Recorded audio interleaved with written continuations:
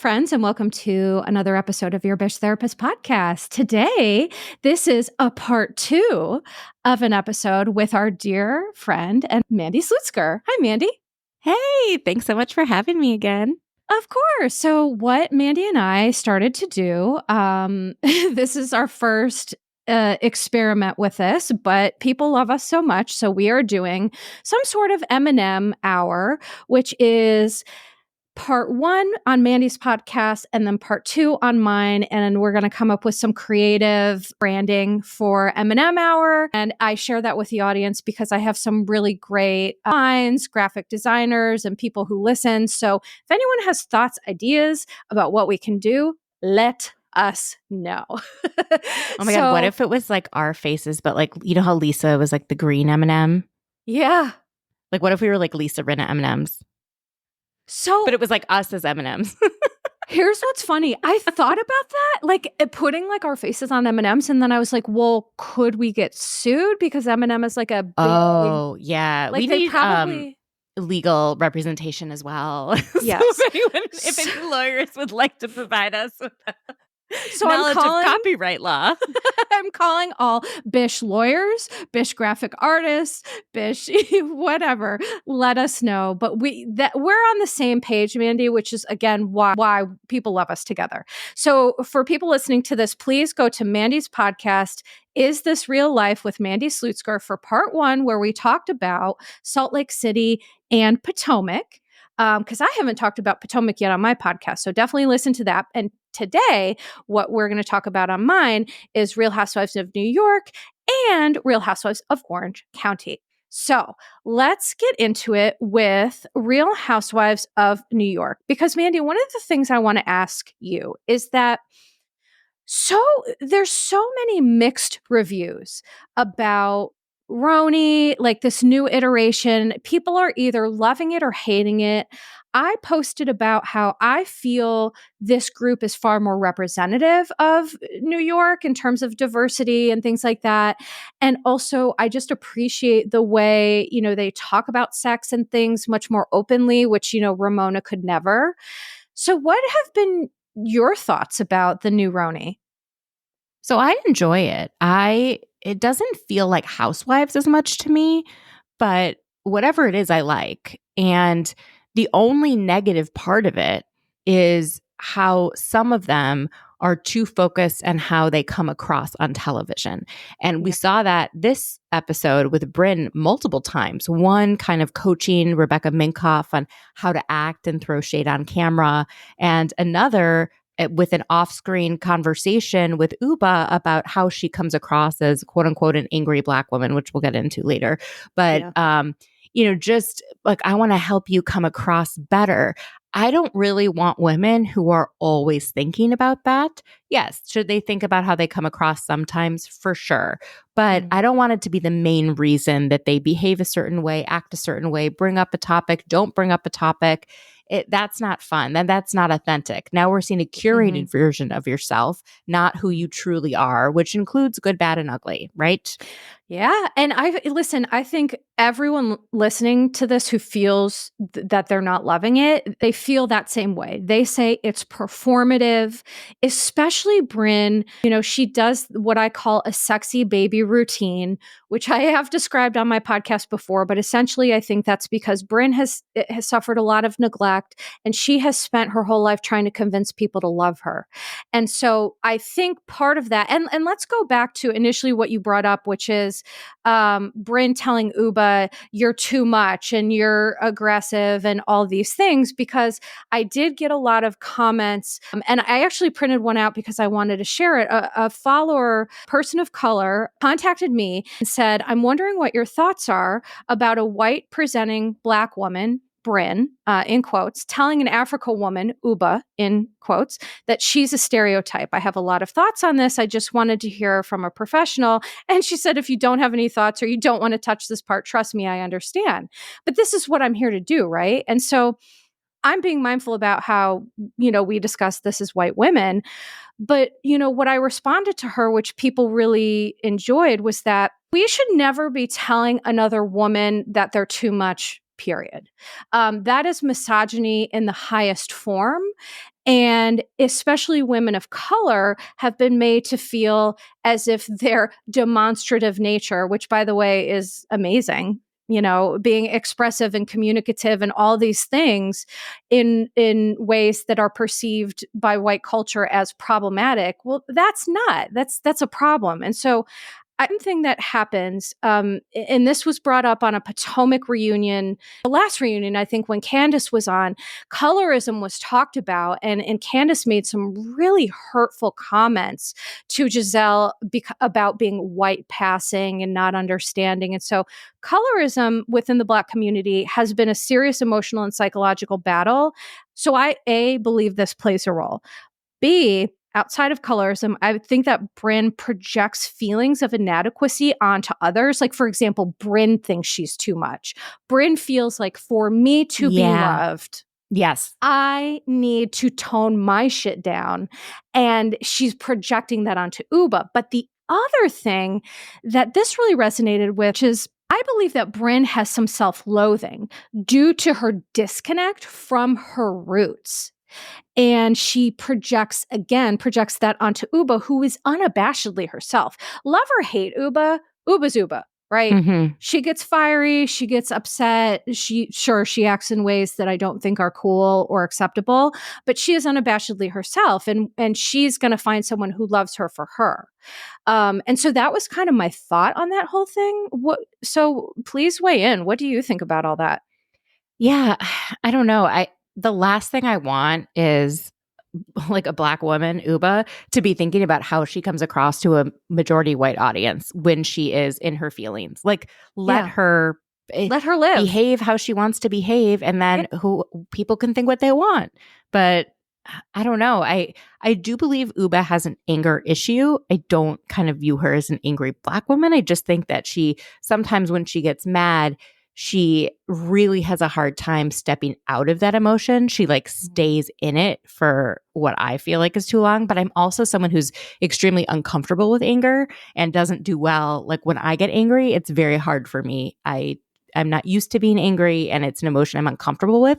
Part of me is looking at Uba with a bit of respect, like, wow, you're comfortable showing this emotion that growing up in the Midwest and growing up, as a woman, you're kind of told to not show that emotion, right? And then she shows it and everyone still loves her, right? So it's like, I don't know, part of me admires her, and then part of me is also like, don't do it too much where you really hurt people close to you, because you don't want, and where it harms you, right? Where you get so angry that you it consumes you. We want you to be living your life happy. I believe a lot of her anger is rooted in her mother's death, but that's just my own way of navigating and understanding her. I feel like she's pissed that her mom was taken from her early, and that she is living this life and meeting this wonderful man and talking about starting a family, and her mom, her biggest cheerleader, the person she loved the most in life, isn't there to be a part of it. And so I think in general she's pissed off about that, but then it comes out and seeps out in different ways. Does that make sense? It not only does it make sense, I think it is so spot on, because it leads me to share something about grief, which is that people experience grief, as you know, right? Losing your mother. We experience grief in vastly different ways. And some folks experience it angrily. And I can say that with all the trauma I've experienced, my first reaction is anger. That's something that I've had to work on. I can be very angry and I can lash out and I can verbally eviscerate people. I don't, because I would rather not, but I've certainly done it when I was younger. And I think that even though stereotypically men struggle more with, sometimes for folks who are uncomfortable with emotions, I grew up being told, being punished for crying. Okay. So yeah. So that informs me, right? How I process my emotions. So then and you so obviously for me, find a different emotion to show when you're upset versus tears. You bet.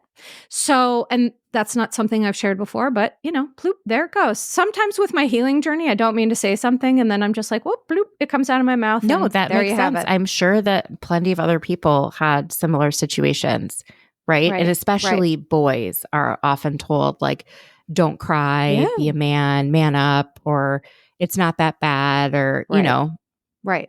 So I think it's just gives people another perspective that even though Uba is a Black woman, she's not an angry Black woman. She's a woman who's having anger issues due to, grief. And probably, Uba's the type of person, I don't think she feels comfortable with sadness or, Yeah. I see that, right? Because I feel that. So I can see that in her. And so I think your point is so spot on and so important, and why we can't equate her to being an angry Black woman, like kind of Brynn did. That's not acceptable. Also, why in the fuck was that not filmed? Why?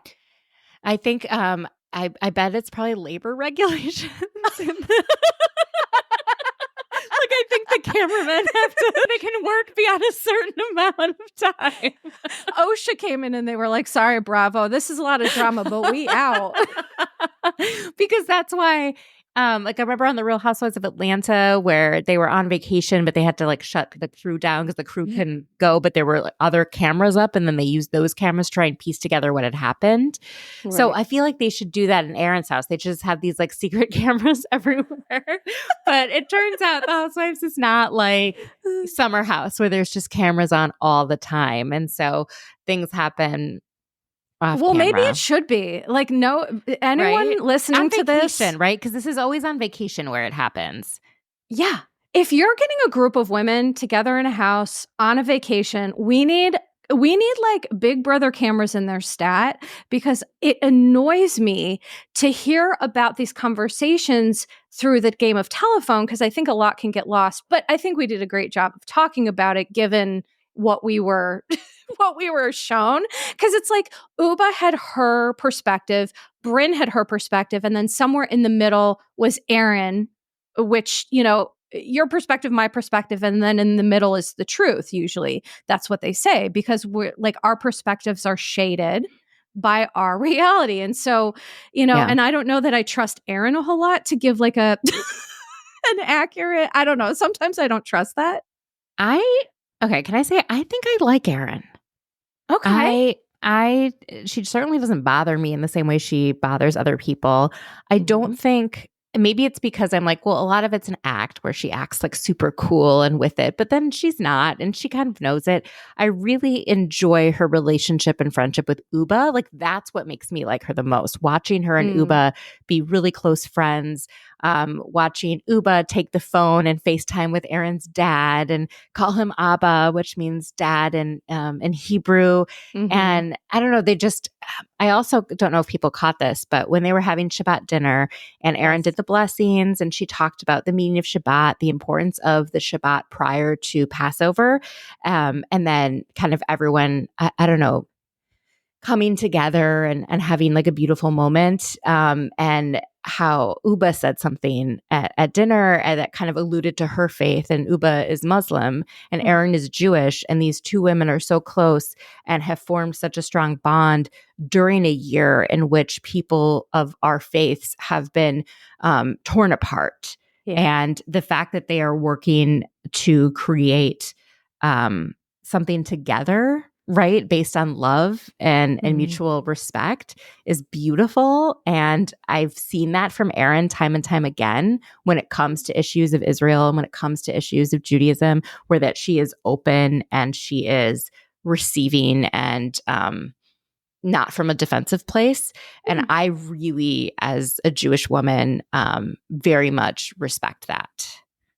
Well, one of the reasons that I love having you here is that all never even occurred to me, but I completely agree. And I think you're right. By the way, I have gotten a lot of messages from listeners about how they appreciate the thoughtfulness which we talk about Judaism. And so just so you know, we didn't even get to talk about this, but people really do appreciate the approaches that you provide and that we share. And so thank you for that. Because the Erin thing that bothered me was, the conversation with Abe and the financial infidelity, which was not this episode one before.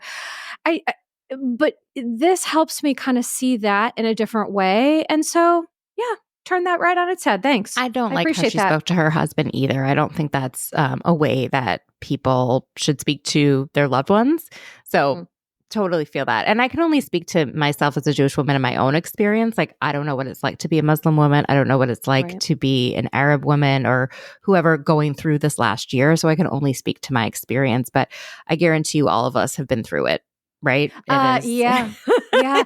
And yeah, I'm happy to be an ally because allyship, it goes beyond LGBTQIA plus. And so, I'm happy to be an ally and a supporter and to share information on this podcast that is thoughtful and loving and non-divisive. So, I always appreciate that you bring that. So have this almost like I've always thought Uba was gorgeous, but I kind of watching her and Aaron's friendship, it feels a little bit more genuine and deep. Maybe that's because, Aaron brought Uba to the wig shop when her mom is losing her hair from cancer treatment and, wanted Uba to be there, and Uba knows her mom. It just, you can tell that they're actually close and that it's not just an alliance for housewives. And I really like watching those type of relationships form on Housewives. So maybe they weren't friends prior to the show as much, but they've become friends through the show, like Gina and Emily.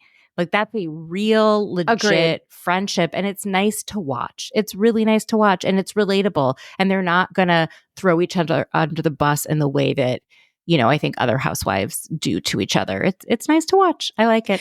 It is. And I couldn't agree more. I think Gina, and, we're going to talk about OC in a minute, but I think you can just tell when these women have genuine, authentic relationships. And so speaking of that, I do see that. You're right with Aaron and Uba. But one person who you definitely don't see that with here is Rebecca Minkoff, who it just bothers me to no end.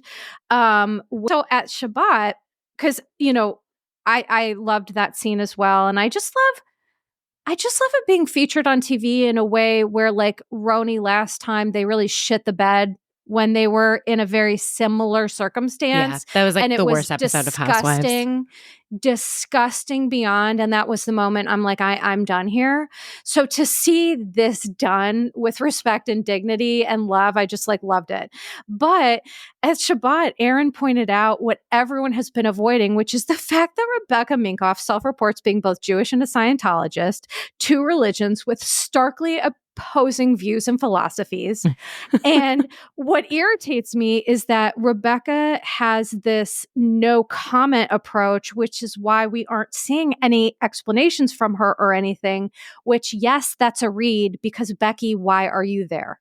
Why are you there?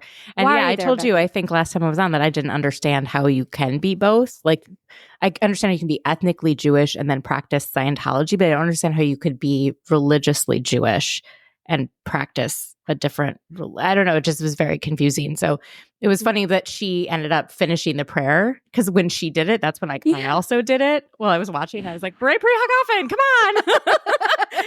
Which I think Aaron was just a little nervous on camera. Of course. You know, which I'm sure that would happen to me too. But it was funny that Becky Minkoff was the one that, added that in. So I appreciated that whole commentary. What I didn't think was very funny was the roach thing. I don't know. I think those types of pranks maybe play well in person and with a friend group that knows each other really well. But to us, it's like, why are you doing this? It's not that funny. However, when Uba threw up and then Sai came to check on her and then Sai threw up, I was laughing. I was actually laughing out loud, because that has definitely happened to me, where I went to check on someone and it made me so nauseous I threw up in the sink while they were throwing up in the toilet. And it's just sometimes certain things just make you feel sick, right? And for sure. And the fact that they're all laughing about it, it's just, I don't know, it's very funny. Well, so, okay, let me give you another take on that, because I am someone who used to have something called emitophobia, which is a fear of throwing up. There is a literal name for it. It's called EMIT, emetophobia. And I'm not kidding. It would bring straight up panic to me until one year I got the stomach virus 3 times in 3 months. And I'm not joking. It was exposure therapy. And now I have no troubles with it. Yeah. No troubles. But my point in bringing that up is that I imagine that there's a population of people who felt like it was hilarious, which I did now too. And then a portion that was like, fast forward, fast forward, fast forward. Because if you have emetophobia, you are not alone. It is a wild thing to experience. But I'm glad that I'm over it. And I'm not kidding. For anyone who's like fearful about getting the stomach bug, you can reframe that as exposure therapy. And now I'm cured. Yay. Oh, so anyway, awful. I know it's terrible. But so the one thing I want to talk about before we move on to OC is to talk about Raquel. Raquel giving me life. Raquel is just the person we needed on a Housewives franchise to make me feel like, okay, there's good people out there who should be on this show. Right? Oh, definitely. And I loved how she educated us also on like the different last names that come out of Puerto Rico and the mixed races in Puerto Rico and all of that. Cause I was like, oh yeah, of course there'd be some French last names. Of course, like, yeah. you know, like aside from her sharing her very heartbreaking story of her relationship with her father, which I think a lot of people unfortunately can relate to. But I thought it was so amazing that it ended with like her and her mom both realizing that their fathers are assholes and not wanting to be associated with either of their last names and choosing a name that felt better to them. That I felt like was very empowering and really thought was cool. It was. I have goosebumps talking about it now, and it was so meaningful to me because as a therapist, I do a lot of talking about generational trauma. And so what we're seeing here, right, is this family's generational curse, generational trauma of being, having absent fathers, and absent being a nice word. Okay. Having fathers who were either absent or absolutely abusive, and neglectful. And so for her to talk with her mom about how far back they had to go to find a name deserving of continuing on. I'm not kidding. I have goosebumps talking about it. I just feel like she is one of the greatest newcomers to be on TV in a long time. And the generational trauma that they talked about and choosing a new last name to break those chains, I cannot love her anymore. I cannot love her anymore. And when she talked about her biological father, as a therapist and as an intuitive, empathic person, I felt her grief in my soul. I truly felt it in my soul. She was choking back these feelings, but you could just tell she was just so, because what happens is when a parent doesn't love us the way we need and deserve to be loved, we don't stop loving that parent. We stop loving ourselves.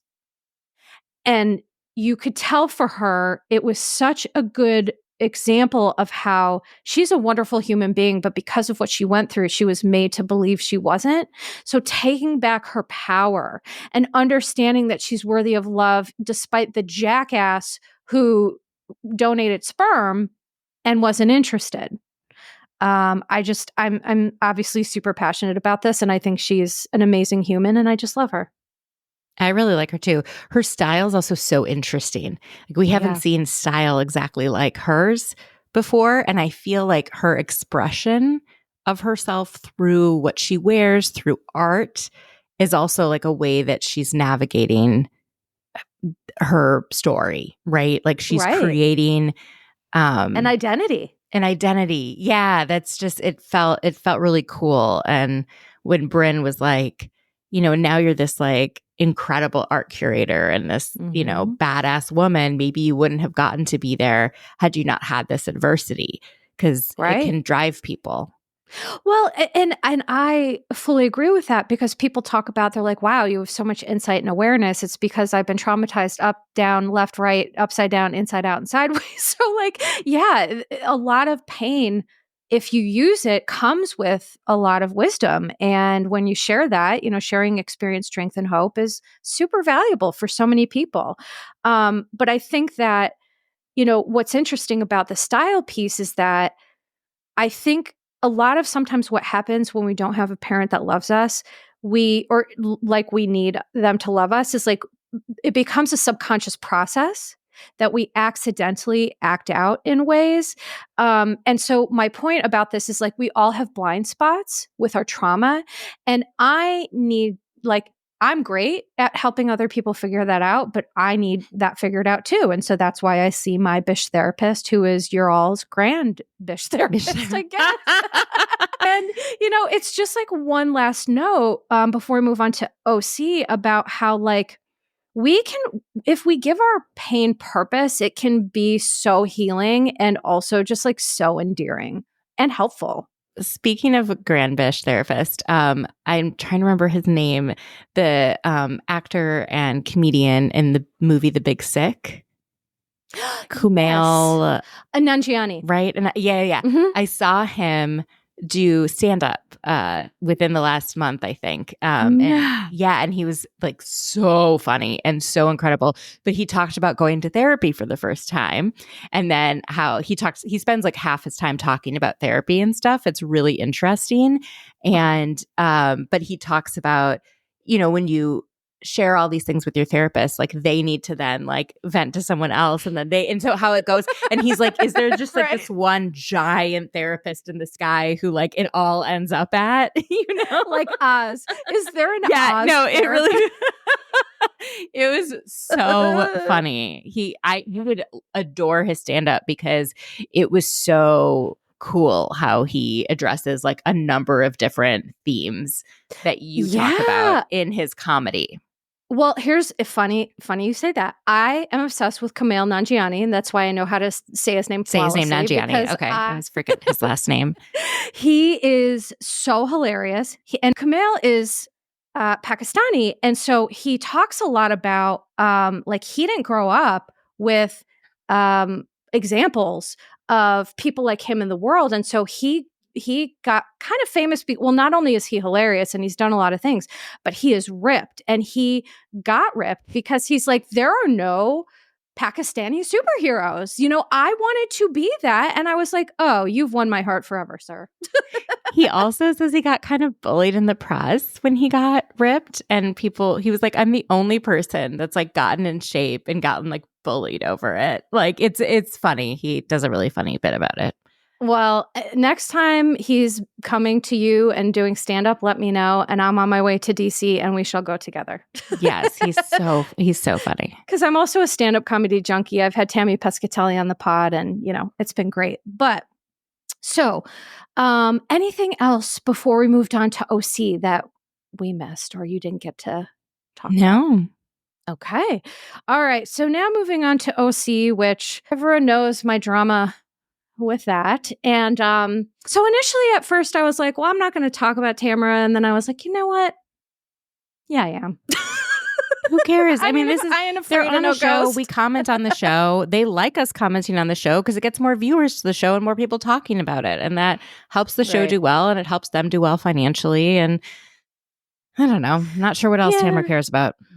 Well, and that's kind of why I didn't want to talk about it, because I think that's actually would be hard to not be talked about. Like, that's what she wants. So anyway, but I'm going to just be mindful about it. So last night's OC episode was so wild with all of these different dramas. It was almost hard to keep up. Like, my notes were very scattered, and then I had to like really put everything together. So tonight we have, the Real Housewives of Orange County episode, we have a couple major dramas.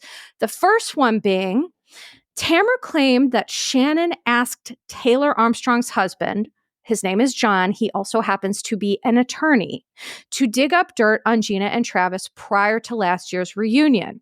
So Tamara says that, I don't want to hurt Gina, but she's dancing with the devil. She should know this is your good friend now.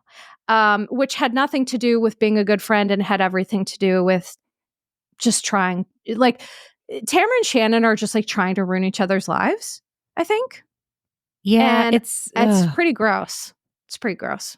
It sounds like a lot of their friendship was talking about other people on the show and kind of plotting, and that was what bonded them. However, now that they are not on good terms, Tamara is trying to and she is being accused of sort of plotting and all of that. She's like, well, it's not just me, it's Shannon. Actually, Shannon's worse. She's the one that did this, this, and this. But no one feels like that's Shannon's MO. That's Tamara's MO. And Shannon was just kind of there for it. But Shannon on her own doesn't seem to be doing that.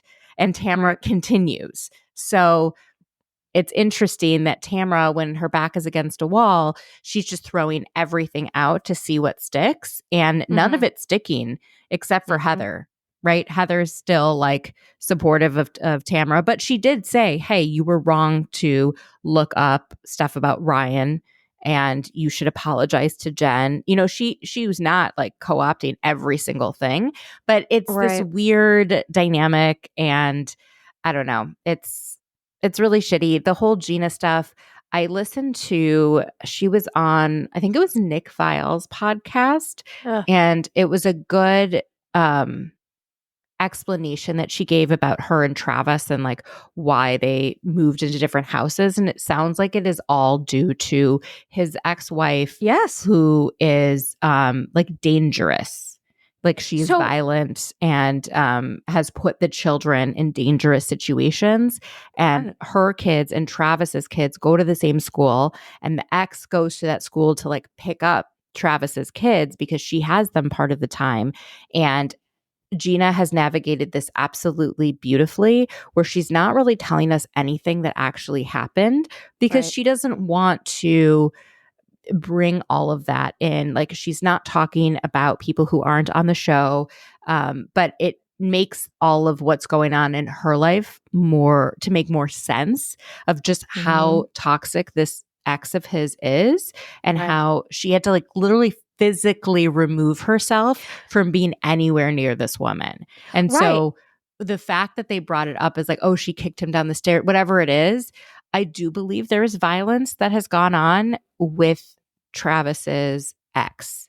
And to say that to Gina, who also is a victim of domestic violence, felt even nastier. Like, so now you're accusing her of domestic violence. Well, she's someone who's been a victim without any evidence of anything, just some rumors, right, about drama going on at that household.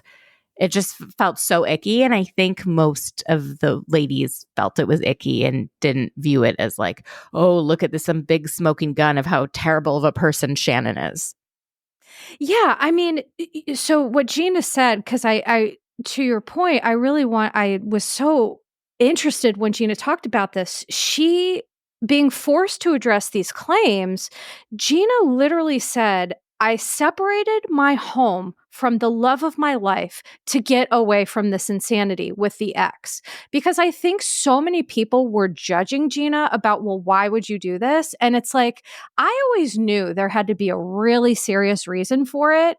And, you know, Jeff Lewis and so many people talk about how, oh, it's just for a storyline. And it's like, Gina isn't that kind of housewife who is going to ruin her family's life for a storyline. Some other housewives might. She ain't one of them. And I don't like her being talked about like that, because the one thing that I feel here is that Gina is collateral damage in the war between Travis and his ex-wife and between Tamara and Shannon. These are two situations that basically have nothing to do with her. And I cannot imagine how unfair that must feel, where she's like, I have had to uproot my life from the love of my life. And you all are talking about, you know, gossiping and trying to hurt. It was just so gross to watch how that played out. And it was like, Tamara was like trying to act like she was doing her a solid. And it's like, the audience has your number. We know you're not trying to do anyone a solid. We know exactly what you're trying to do. And to be honest, I think the fans are over it from what I'm seeing. They are over that. But in my opinion, Gina and Jen showed how to speak your truth and set serious boundaries while maintaining grace and dignity, that to me, they are both MVPs. Gina has been a true friend and advocate for Shannon, despite their history, and giving her an enema, like providing emotional support through a door whilst enema is being deployed. That's ride or die behavior. Yeah.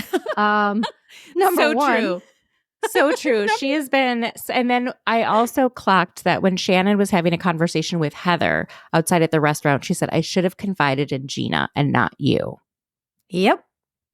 And Because Shannon is now learning that Gina is the only two people on that cast who are capable of being true friends, I believe, are Gina and Emily. Mhm. I believe that's it. I believe all those other women have no idea how to do it, on a spectrum, of course, from least to most. I Because believe Jen knows how to be a friend. Oh, you're right. I'm sorry. I did I mean to believe say Jen and too. I think we're Gina, witnessing Katie Jen, be a Emily. very good friend to Jen. And I feel like I'm not sure where that's going to go, like that friendship, but I'm interested. I am interested. Yeah, because it does seem that Katie and Jen are truly good friends from what we saw on that episode, but they've also been on Jeff Lewis Live, and Jen has said that they have like a legitimate friendship, and you can tell that. But I don't know, Katie, we're going to get to her in a minute, but some of the stuff she's doing is making me be like, girl, you in danger, girl. Like I created a meme, Whoopi Goldberg saying, Katie, you in danger, girl. And I'm going to post it today because I'm like, now not only are you going up against Heather Dubrow, you're messing with Emily's kids. Ooh, you are done. So I'm interested to see how that's going to play out. So let's talk about that for a minute. So speaking of drama triangles, the story with that is that Katie's daughter, who is now 20, 19 at the time, babysat Emily's twin sons, who are 9 now, 8 at the time. Yeah. They were 8, right. Claiming that the boys, 8-year-old boys, said that Heather was mean. Okay. And so this indicates that Emily speaks inappropriately in front of her children, number one. And number two, it indicates that 8-year-old boys give a shit about housewives drama, which I guarantee you they don't. I have an 8-year-old, my nephew is 8 years old, and literally all he cares about is Teenage Mutant Ninja Turtles, hugging me, video games, and drawing. That is what that boy cares about. So, but then, so the truth, supposedly, and I want to hear your thoughts on this, Mandy. The truth is that Katie's daughter said Heather was mean and then blamed Emily's children for that, which indicates that Katie told her daughter about the Heather drama, and then her daughter inexplicably involved herself, blaming children for claims they didn't make in the process. I was very confused by all of it. I also don't think it would make Emily a bad mom to have spoke in front of her children about an issue going on in her life.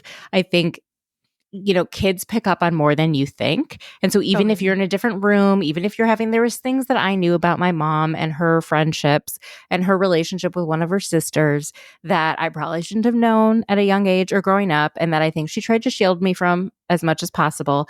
But like, you pick up on certain things, right? And I don't think that makes anyone a bad mom or bad parent. I also don't think it's inappropriate for Katie to talk to her 19-year-old daughter about stuff that's going on. Once I became older, my mom and I spoke about things like that, right? And there's no TV show, so there's no way for me to get in trouble for repeating any of it.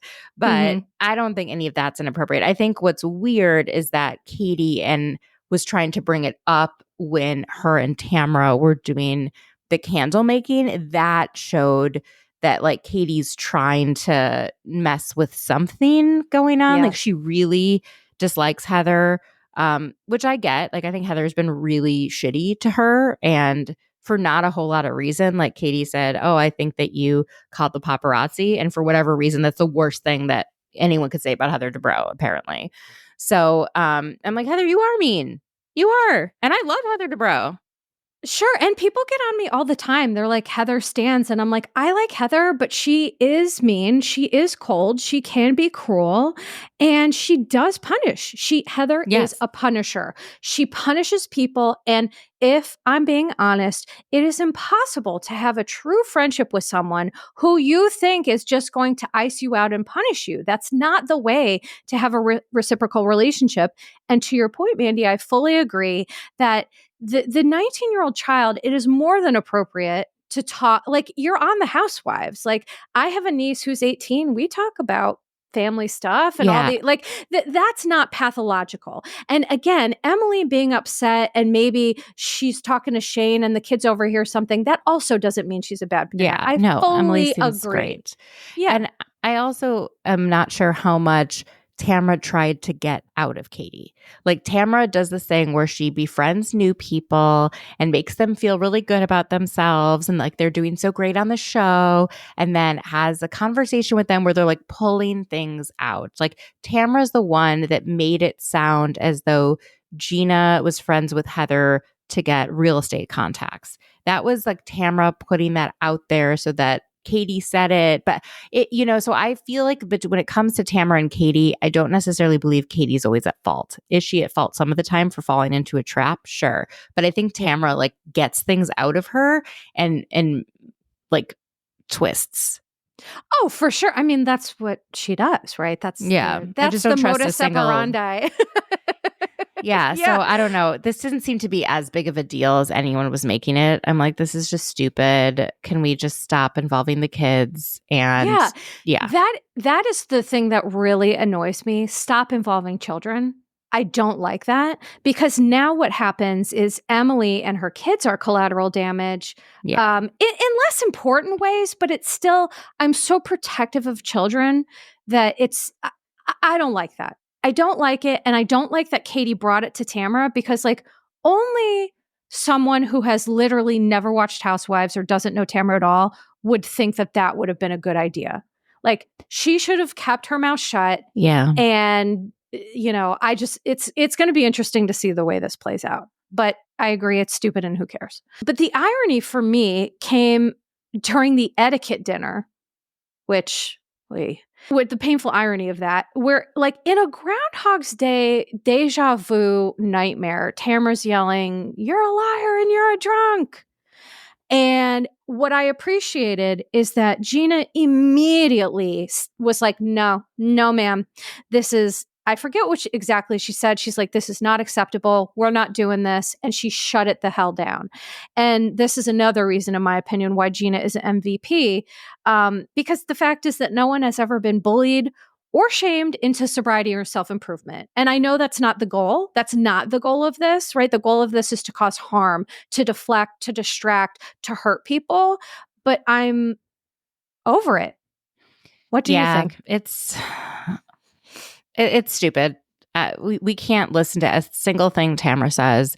She has, actually, I think it was, oh my God, now I can't remember his name. One of the Bravo bros had this great video that they posted of one of their podcasts recently, where he talked about how, yes, it's probably not great that Shannon's been drinking, but we've never seen her act a fool this entire season. Like she's never looked that she's been drunk. She's never acted inappropriately, not once. And Tamra, who is calling her a drunk and who is saying she's an alcoholic, is constantly acting crazy on alcohol. And he also pointed out, like, you can get a DUI and not be an alcoholic. Like those two are not, they do not go They're hand not in synonymous. hand exactly. No, so he just had, like, I could never say it as eloquently as he, who is a sober person, could say it. And it also comes across quite well from Gina, who is also a sober person, kind of pointing out, like, this is not the way, and you actually look worse. Like, you get drunk and behave crazy, shouting about the FBI and, stumbling, peeing on someone in someone's backyard, like on the pavement. And I think it was Emily, and she was like, even my dogs know not to do that. But yeah, I mean, listen, you made a very good point, is that getting a DUI does not an alcoholic make. However, it's obviously indicative of some sort of issues or problem solving, like lack of problem solving skills or lack of accurate self-assessment. Like there are things that one DUI can indicate, but to your point is, look at how Tamara's acting and look at how Shannon's acting. Now, here's what I will say about Shannon that this does annoy me, is that she just always walks out and says, I'm done. Like that's her thing. And so she says that that's growth, but when it's overutilized, it's actually avoidance. Like it's not growth at all. Shannon's issues don't get resolved because she walks out, says, I'm done, and doesn't return to the issue at hand. And here's the thing, whether she's drunk or not, or making a fool of herself or not, Shannon, alcohol isn't known for being a substance that helps us to self-connect, just period. So like, I also have to put that out there in terms of like, people can say whatever they want about Shannon, but the facts are she does struggle with avoidance. She does struggle to readdress issues. She does struggle to truly repair. And I think that no matter who's saying what, all of these women are guilty of playing the game. And to be honest, I kind of wish they'd play they'd have smarter gameplay. You know, I think, I don't know how you feel about this, but Bravo fans, when we started watching this, we were much younger. Honey, I was in my 30s, loving my life. And now I'm mid 40s. And I'm just like, let's do this smarter. Like, let's do, you know, the yelling and the wine throwing and the this and the that. We don't give a hoot about that. Let's actually have smarter gameplay here. I don't know. Maybe I'm the only one who feels like that. What do you think, Mandy? It just feels tired because Tamara's part of it. When it's other people, it seems sometimes like we're seeing people yell that never yell, like Jen. And I find that more interesting to watch. Like when she gets mad, that's not something we see very often. But when it's Tamara, I don't know, every single thing she does has been so frustrating because she's so like, this is all a game for her. This is not about real friendships, real relationships, real anything. I don't think she's real at all. She just, she seems so disconnected from the people that she's around, and all she's doing is plotting. All she's doing is plotting. And so then when she says she throws something out that she thinks is going to stick, she has this like shit-eating grin, you know? And it's so nasty. And it's like, she's happy. Now everyone's going to be pissed at Shannon. And she's like, you know, or when Jen was speaking and she's like, I'm like, what is wrong with you? You are so, and when Jen was like, it's almost like you don't have a soul. That's how I feel watching Tamara. She's the only housewife I feel like I've ever felt that about. I used to really rail on her years and years ago before she got fired. And then I was like, okay, maybe we need her back because it sucked since she was gone. And I don't mind her being on the show, but I do want to finally see a season where they go after her, where it's everyone's pointed at her and it's not just her orchestrating everyone getting pissed at each other so that she can be like, was me. Well, yeah, I mean, that makes a lot of sense. You brought something up about Heather and Tamara that I wanted to get back to, because where Heather did call Tamara out on, you know, this behavior wasn't okay, you need to do this. But to me, it almost felt like she was coaching her on how to give a sincere apology.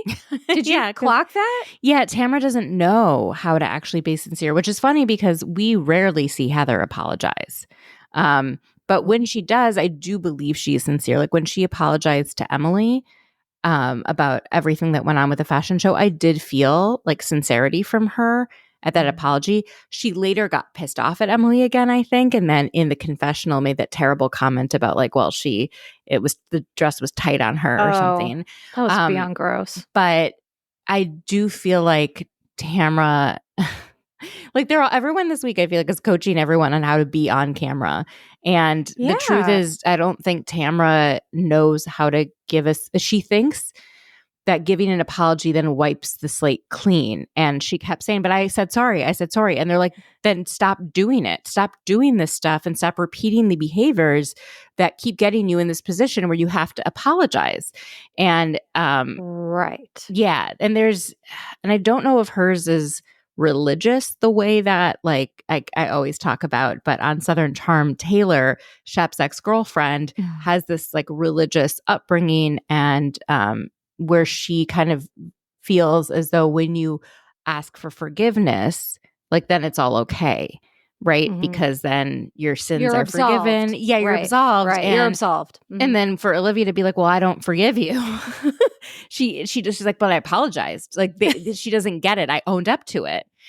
So then don't do bad things, right? Don't do things that will make people not want to be your friend.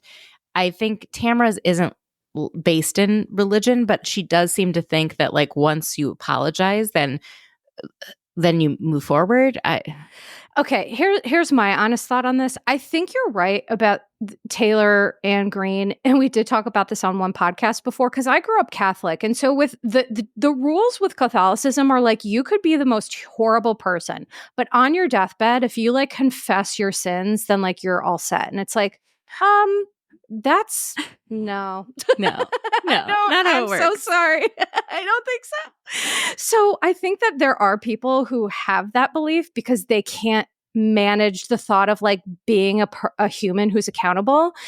With Tamer, I think, when someone is doing the same behavior over and over, they apologize, but then they continue to do the same behavior. It's not an apology, it's manipulation. So that's what I'm going to say about that. And the last thing I'm going to mention is that all of these women have so many GI issues. And it was interesting to me because I'm like a nerd in this way, is that, there's an underlying gut brain axis. It's like GBA for short. And it's a network of nerves that connect the brain and the gut, allowing for communication in the two. But also the other fun fact is that serotonin is a neurotransmitter that plays a vital role in communication between the gut and the brain.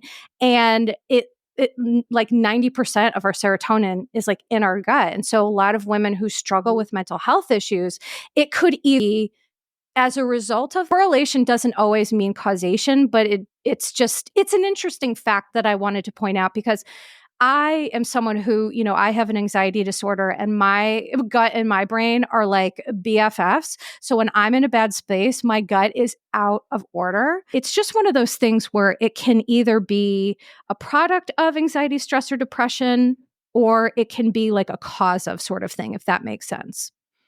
Yeah. And I just thought people might want to hear that because people listening to this are like, oh gosh, is that why my GI system is always up in arms? Yes, it is. But also travel can really mess with you. And I feel like what happened with Shannon is she just like was eating differently than how she eats at home, sleeping differently, maybe not getting as much sleep, having so much stress. And then her body is not acting the way it's supposed to act. And then look at what happened. So I feel like she's definitely not the first person that has dealt with this while traveling. So it's just interesting that the solution was an enema. I've never had an enema, so I wouldn't have even thought of that. I wouldn't even know what to do. Remember when Shannon in earlier seasons, she's like an enema queen. And one time she got it stuck up her butt. With it. And David, But one interesting thing, someone in my comments on Instagram said that like Ozempic can cause not just like constipation, but Jen Fessler went on Two Jersey Jays and said how it gave her a bowel obstruction. Because what happens if you're not eating and you're not drinking and you're traveling, which by the way, traveling throws everyone off, like everyone in the world. But I don't know if Shannon mentioned being on Ozempic or whatever. So I'm not trying to blame or shame or whatever, but I am just saying that like, if you have GI issues and you're traveling, you have to be really thoughtful and intentional about how you take care of yourself, like while you're on vacation. You basically just need to drink water all the time. And she's sitting there ordering like a vodka soda with her daughters. And I'm just like, Shannon, drink water. Get some like prune juice or something. Like keep things moving, but do not have alcohol. That will not help it. Exactly. So thank you so much, Mandy, for being here. This has been such a fun experience. People know where to find part 1 and plug and promote, please.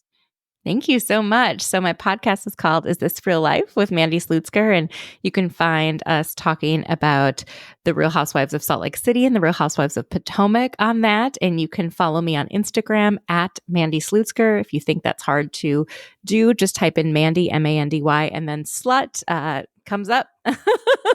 So it shouldn't be too hard to find me. And thank you so much, Melissa, for having me on. Of course. And I look forward to many more collaborations. And so I will remind people to not only go follow Mandy, go follow her podcast so you can hear part 1 of this, but we're going to continue to do this. Mandy and Melissa, M&M. So I will look forward to your suggestions, to your thoughts on that. And Mandy, as always, this has been a pleasure. Thank you so much. And please take care of yourselves and each other. And ta-ta for now.